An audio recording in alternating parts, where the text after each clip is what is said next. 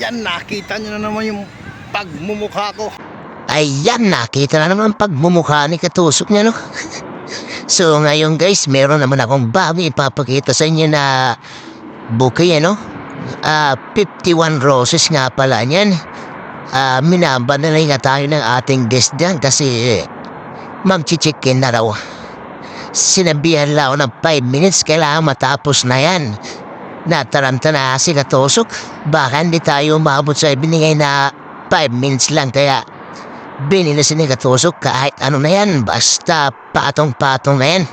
Ayan, kinutusok na ni Katusok sa gitna para medyo maayos.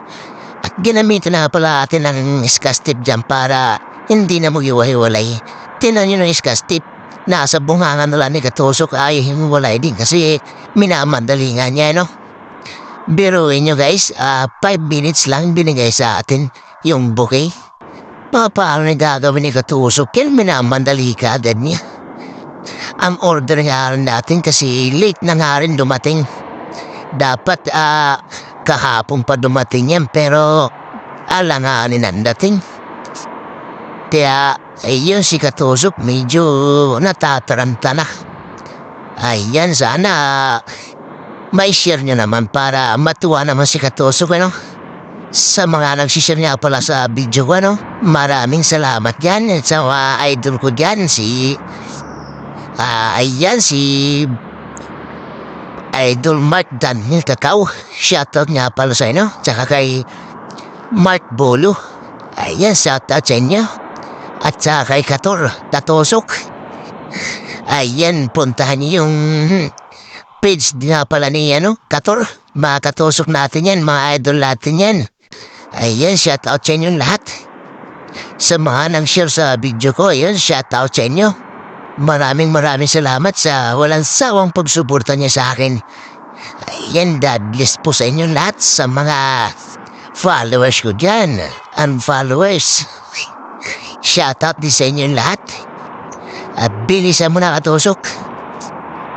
Andyan na naman yung nag-order sa atin, nasa likod mo na. Kumakatok na nga pala dyan na sa pinto ko, no? Pinapanood na pala ako niyan, Pagkatapos ka naman ng bugay, natuwa naman sa akin kasi tamang oras din ang binigay sa atin. Natapos ko yan ng 5 minutes, kaya natuwa rin sa akin. Kinongrats nga ako niyan, Natuwa sa akin sa pag-aaras ko, Mabilis daw tayo gumawa. Sabi ko naman, sakto lang naman, Hindi naman kabilisan kasi mabigat yan, Pinapatayuan ni Katusok niyan kasi parang hindi na kailangan ng base kasi medyo malaki na nga. Pero pinilit pa rin natin lagyan natin ng base para maganda naman natin flowers.